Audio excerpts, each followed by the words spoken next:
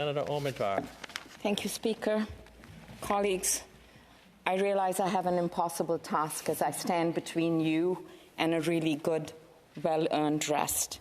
But I beg your indulgence, and in turn, I promise to be really short, 10 minutes, and hopefully leave you somewhat enlightened as I speak to Senator Coyle's inquiry on climate solutions. I wish to thank Senator Coyle for her leadership on this matter, and even as she is with other world leaders in Sharm el-Sheikh at COP27, I think it is entirely appropriate that I make this very small, tiny contribution in our Senate chambers today on this matter. The evidence of climate change is before us, and it is undeniable. The increase in storms, the melting glaciers, the rising temperatures in our oceans, the severe droughts. No country on earth will be immune to these changes. We also know that climate change will produce a knock-on effect on creating mass displacement, not just for the short term, as we saw in BC, but for the abiding longer term. Already, as I have mentioned in this chamber, there are 100 million people on the move because of war, persecution, corruption, and breaches of human rights. And now we are beginning to see the mass influx of climate migrants. The IOM has estimated there will be over 1 billion environmental migrants in the next 30 years. Some estimates have it as high as 1.4 billion by 2016. And I ask the question, colleagues, where will these people go? How will they be absorbed? How will this movement be governed? And it is entirely possible that Canada and Canadians themselves will be not receiving countries of climate migrants, but a sending country.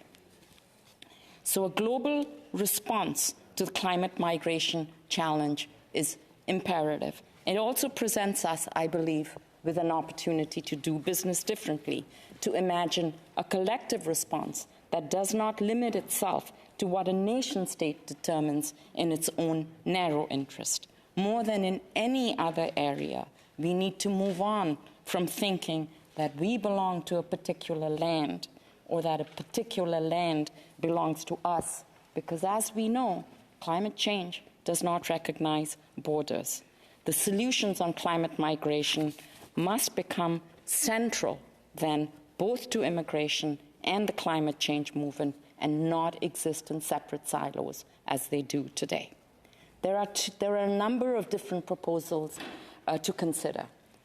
In 1990, the Intergovernmental Panel on Climate Change warned that climate change could be the single most important consequence of climate change.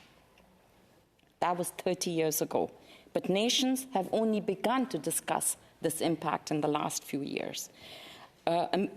Former Canadian Ambassador Rosemary McCartney wrote in a paper for the World Refugee and Migration Council that there is no comprehensive international regime of implicit and explicit principles, norms, rules, and decision-making procedures around which actors and their expectations converge for addressing climate displacement. Instead, there is a patchwork of initiatives that have disparate actors and silos that straddle multiple policy agendas.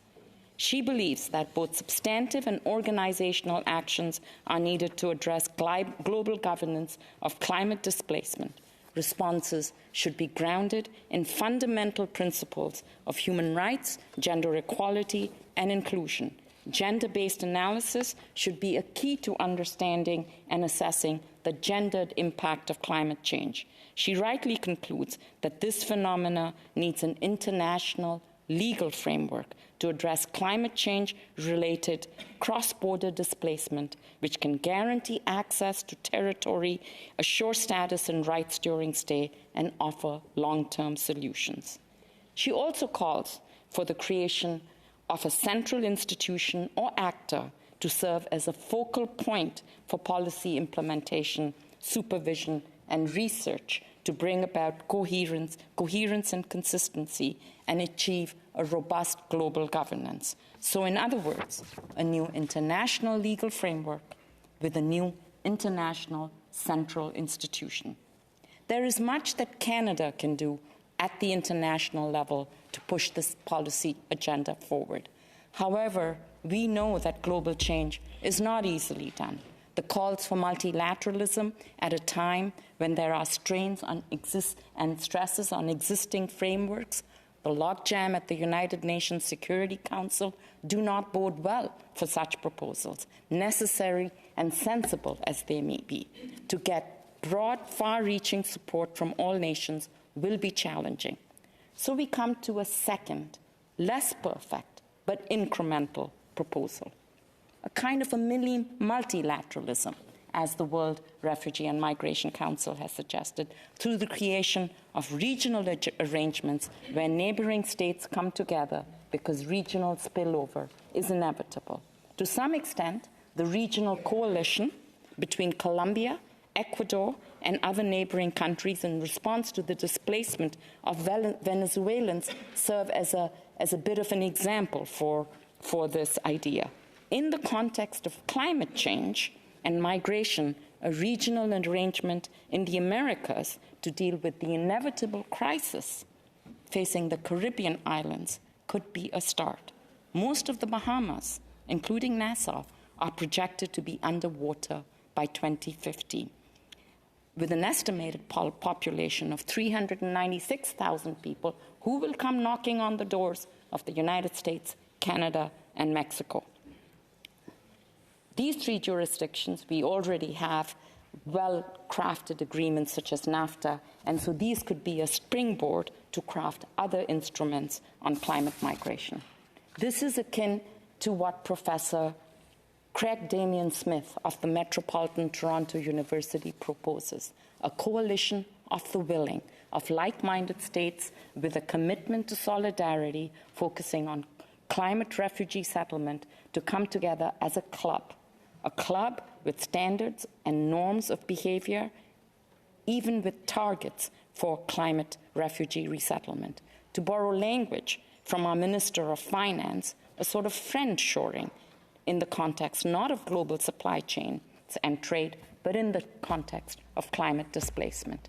In the migration space, already there are far too many bad actors who threaten international norms by wildly going their own way. So this coalition could be a coalition of the good cops to counteract the Rambos. And if it works on a regional level, it would be easier to imagine more nation states joining in. Going even more narrowly and thinking bilaterally, Canada could partner on climate migration policies with a like-minded ally like Germany to develop shared policies, protocols, and frameworks on climate migrants. And Germany, as I have said before, is a natural partner for us. We are both nations of immigrants. We both believe in the rule of law, but we also both know that the tail will wag the dog without proactive measures. In other words, neither of us want to be faced with thousands of climate migrants at our doorsteps without the proper legal frameworks in place.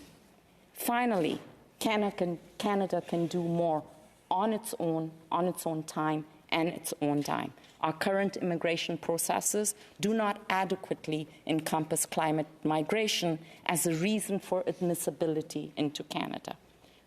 Not in the refugee space and not in the economic space. We need to create a new space with additional new numbers and with the appropriate machinery of government attached to it. Further, Canada's policies for settlement agencies need to be updated. Currently, climate change migrants are not explicitly captured in this framework, and this may limit their ability to access services. We have had many discussions on climate change in this chamber, and I think it is an uber-complex issue. We have talked about the carbon footprint, about resource extraction, about pipelines, about gas tanker bans. As we look at these issues, let's remember to place climate migration squarely on the agenda as well. Otherwise, the tail will truly wag the dog. Thank you, colleagues.